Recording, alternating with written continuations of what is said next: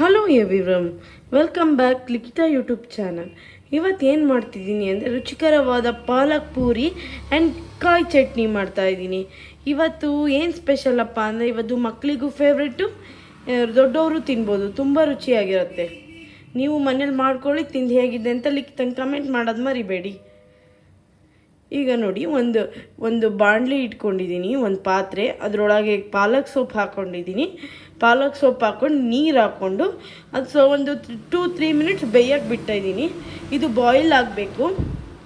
Boil ಆದಮೇಲೆ ಅದನ್ನೆಲ್ಲ ತೆಗೆದು ತಣ್ಣೀರಿಗೆ ಹಾಕಬೇಕು ಸೊಪ್ಪನ್ನ. ಇಷ್ಟನ್ನ ರೆಡಿ ಮಾಡ್ಕೊಳ್ಳಿ. ನೆಕ್ಸ್ಟ್ ಹೇಗೆ ಮಾಡೋದು ಅಂತ ನಾನು ಹೇಳ್ಕೊಡ್ತೀನಿ. ನೋಡಿ, ಪಾಲಕ್ ಸೊಪ್ಪು ಚೆನ್ನಾಗಿ ಬೆಂದಿದೆ, ಒಂದು 5 ಮಿನಿಟ್ಸು. ಇದನ್ನು ತೆಗೆದು ತಣ್ಣೀರಿಗೆ ಹಾಕ್ಕೊಳ್ಳೋಣ. ತಣ್ಣೀರಿಗೆ ಹಾಕ್ಕೊಂಡ್ರೆ ಏನು ಬೆನಿಫಿಟ್ಸ್ ಅಂದರೆ ಅದು ಕಲ್ಲರ್ ಹಾಗೇ ಉಳ್ಕೊಳ್ಳುತ್ತೆ.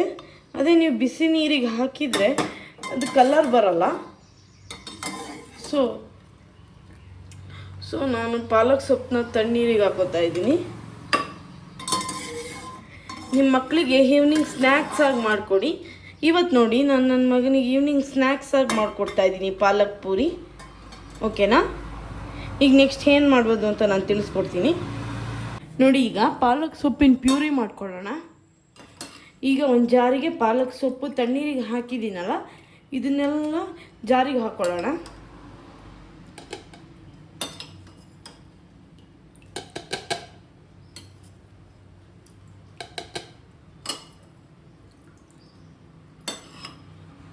ಇಷ್ಟನ್ನು ರುಬ್ಕೊಂಡು ಬರ್ತೀನಿ ನಾನೀಗ. ನೋಡಿ, ಪಾಲಕ್ ಸೊಪ್ಪು ರುಬ್ಕೊಂಡು ಬಂದಿದ್ದೀನಿ. ಈಗ ಕಾಯಿ ಚಟ್ನಿ ಮಾಡ್ಕೊಳ್ಳೋಕ್ಕೆ ತೆಂಗಿನಕಾಯಿ ಹೆಚ್ಕೊಳ್ಳೋಣ.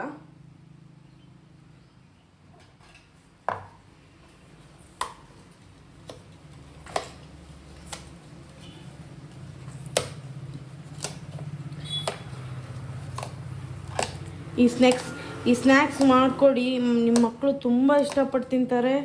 ಮತ್ತು ಪಾಲಕ್ ಸೊಪ್ಪು ತುಂಬ ನ್ಯೂಟ್ರಿಷನ್ ಇರುತ್ತೆ ಅದರಲ್ಲಿ. ಸೊ ಹಂಗಾಗಿ ಪಾಲಕ್ ಸೊಪ್ಪು ತುಂಬ ಒಳ್ಳೆಯದು, ಕಣ್ಣಿಗೆ ಒಳ್ಳೆಯದು, ಡಯಟ್ ಮಾಡ್ತಿರೋಳಿಗೆ ಒಳ್ಳೆಯದು. ತುಂಬ ಚೆನ್ನಾಗಿರುತ್ತೆ ಪಾಲಕ್ ಸೊಪ್ಪಿನ ಪೂರಿ. ಮತ್ತು ನೀವು ಮಿಕ್ಸ್ ಮಾಡಿದ್ದೀರಂತ ಮಕ್ಳಿಗೆ ಗೊತ್ತೇ ಆಗಲ್ಲ ಇಲ್ಲೇನು ಮಿಕ್ಸ್ ಆಗಿದೆ ಅಂತ. ಸೊ ಗ್ರೀನಾಗಿ ಸ್ಪೆಷಲಾಗಿರುತ್ತೆ. ನಿಮ್ಮ ಮಕ್ಕಳು ಲೈಕ್ ಮಾಡ್ತಾರೆ. ನಿಮ್ಮ ಮಕ್ಕಳು ಲೈಕ್ ಮಾಡಿ ನನಗೆ ಸಬ್ಸ್ಕ್ರೈಬ್ ಮಾಡೋದು ಮರಿಬೇಡಿ. ನಾನು ಲಿಖಿತಾ ವ್ಲಾಗ್ಸಿಗೆ ಸಬ್ಸ್ಕ್ರೈಬ್ ಮಾಡಿ. ಮರೆಯಲ್ಲ ತಾನೇ ನೀವು? ಹೀಗೆ ತೆಂಗಿನಕಾಯಿ ಎಲ್ಲ ಕಟ್ ಮಾಡ್ಕೊಳ್ಳೋಣ. ಈಗ ಕಟ್ ಮಾಡ್ಕೊಂಬರ್ತೀನಿ. ಒಂದು ಜಾರಿಗೆ ತೆಂಗಿನಕಾಯಿ ಹಾಕ್ಕೊಳ್ಳೋಣ.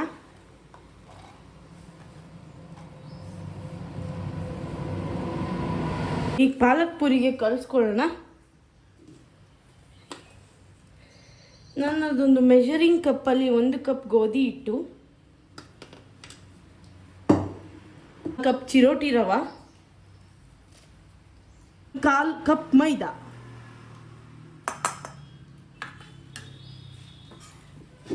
ಪೂರಿಗೆ ಮೈದಾ ಇದ್ದರೆ ತುಂಬ ಚೆನ್ನಾಗಿ ಬರುತ್ತೆ ಪೂರಿ. ಆ್ಯಂಡ್ 1 ಟೇಬಲ್ ಸ್ಪೂನ್ ಕಡಲೆಕಾಯಿ ಎಣ್ಣೆ.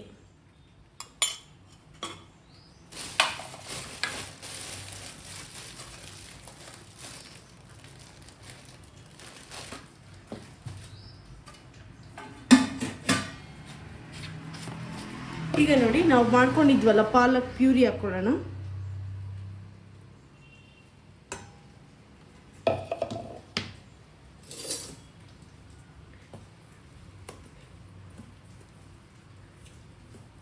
ಇದರಲ್ಲೇ ಕಲಿಸ್ಕೊಳ್ಳೋಕೆ ಟ್ರೈ ಮಾಡಿ. ಬೇಕಾದ್ರೆ ಅದ್ರ ಒಳಗೆ ನೀರು ಹಾಕ್ಕೊಂಡು ಕಲಿಸ್ಕೊಳ್ಳಿ. ಈಗ ಪೂರಿಗೆ ಹಿಟ್ಟು ಕಲಿಸ್ಕೊಳ್ಳೋಣ.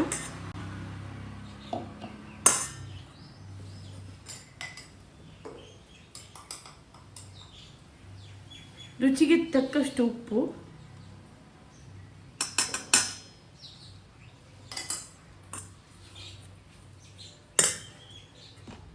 ನೋಡಿ ಪೂರಿಗೆ ಹಿಟ್ಟು ಕಲಿಸ್ಕೊಳ್ಳೋಣ.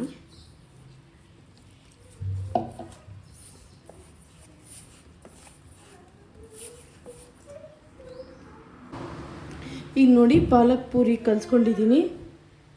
ಈಗ ನೋಡಿ, ಹಿಟ್ಟು ಕಲಿಸ್ಕೊಂಡಿದ್ದೀನಿ. ಎಣ್ಣೆ ಹಾಕ್ಕೊಳ್ಳೋಣ. ಜಸ್ಟ್ ಇಷ್ಟು ಹಾಕ್ಕೊಂಡ್ರೆ ಸಾಕು. ಪಾಲಕ್ ಪೂರಿ. ಈಗ ನೋಡಿ ನೀಟಾಗಿ ಹಿಂಗೆ ಕಲಿಸ್ಕೊಳ್ಳೋಣ ಎಣ್ಣೆಯಲ್ಲಿ.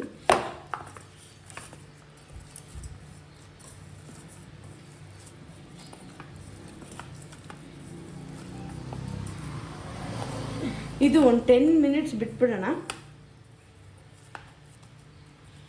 ಹಿಟ್ಟನ್ನು 10 ಮಿನಿಟ್ಸ್ ಬಿಟ್ಬಿಡೋಣ ರೆಸ್ಟ್ ಮಾಡೋಕ್ಕೆ. ಈಗ ಒಂದು ಪ್ಯಾನ್ ಇಟ್ಕೊಂಡಿದ್ದೀನಿ. ಇದಕ್ಕೆ ಚಟ್ನಿ ಮಾಡೋದಕ್ಕೆ ಬೆಳ್ಳುಳ್ಳಿ, ಹಸಿಮೆಣಸಿನ್ಕಾಯಿ, ಕರ್ಬೇವಿನ ಸೊಪ್ಪು ಇಷ್ಟು ಹಾಕ್ಕೊಂಡು ಚೆನ್ನಾಗಿ ಡ್ರೈ ರೋಸ್ಟ್ ಮಾಡ್ಕೊಳ್ಳಿ.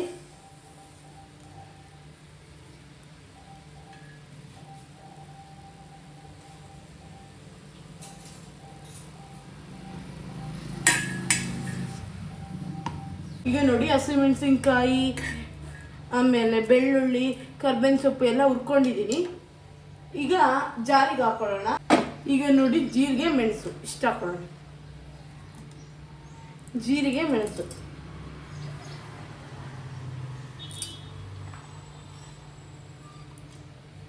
ಸ್ವಲ್ಪ ಸ್ವಲ್ಪ ಹಾಕೊಳ್ಳಿ, ಮತ್ತು ಜಾಸ್ತಿ ಹಾಕೊಂಡ್ಬಿಡ್ಬೇಡಿ. ಆ ರುಚಿಗೆ ತಕ್ಕಷ್ಟು ಕಲ್ಲು ಉಪ್ಪು ಹಾಕೊಳ್ಳೋಣ. ಈಗ ಇದನ್ನ ರುಬ್ಕೊಂಡು ಬರ್ತೀನಿ. ಈಗ ನೋಡಿ ಒಂದು ಕಡಾಯಿ ಇಟ್ಕೊಂಡಿದ್ದೀನಿ, ಅದಕ್ಕೆ ಎಣ್ಣೆ ಹಾಕ್ಕೊಳ್ತಾ ಇದ್ದೀನಿ ಪೂರಿ ಕರಿಯೋದಕ್ಕೆ.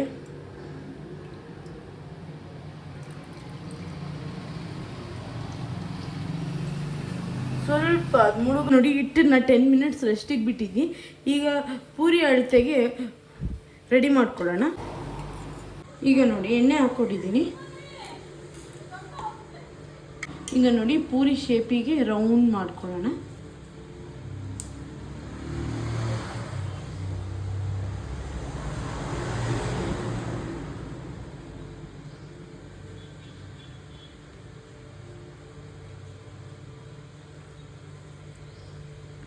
ಹಿಂಗೆ ನೋಡಿ ಹಿಂಗೆ ರೆಡಿ ಮಾಡ್ಕೊಳ್ಳೋಣ. ಈಗ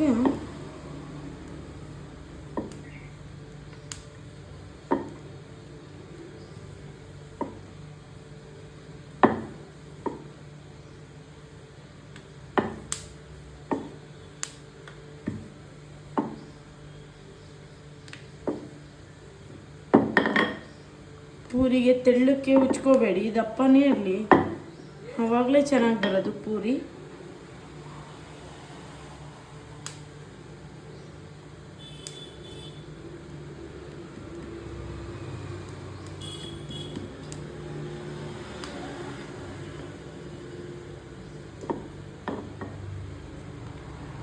ಈಗ ನೋಡಿ ತುಂಬ ಚೆನ್ನಾಗಿ ರೆಡಿ ಆಗಿದೆ.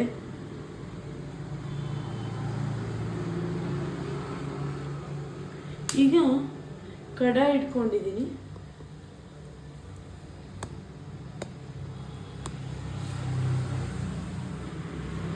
ಈಗ ಕಡಾಯಿ ಇಟ್ಕೊಂಡಿದ್ದೀನಲ್ಲ, ಎಣ್ಣೆ ಬಿಸಿ ಆಗಿದೆ. ಈಗ ಒಂದೊಂದೇ ಪೂರಿಗಳನ್ನ ಹಾಕೊಳ್ಳೋಣ.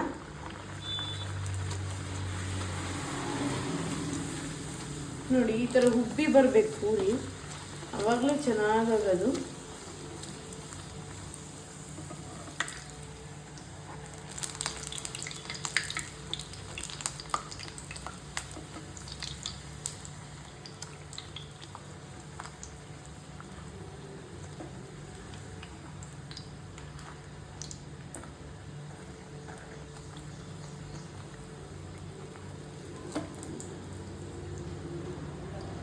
ಈಗ ಫಸ್ಟ್ನೇ ಪೂರಿ ಆಯಿತು. ಈಗ ನೋಡಿ ಇನ್ನೊಂದು ಪೂರಿ ಹಾಕೊಳ್ಳೋಣ, ಪಾಲಕ್ ಪೂರಿ.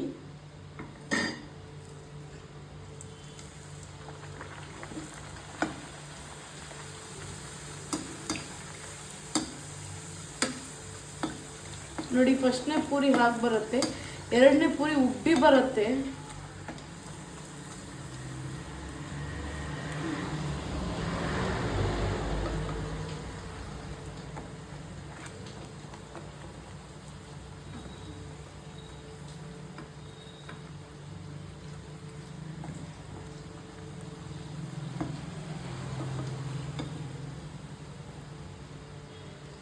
ನೋಡಿ ಎಷ್ಟು ಚೆನ್ನಾಗಿದೆ ಪಾಲಕ್ ಪೂರಿ.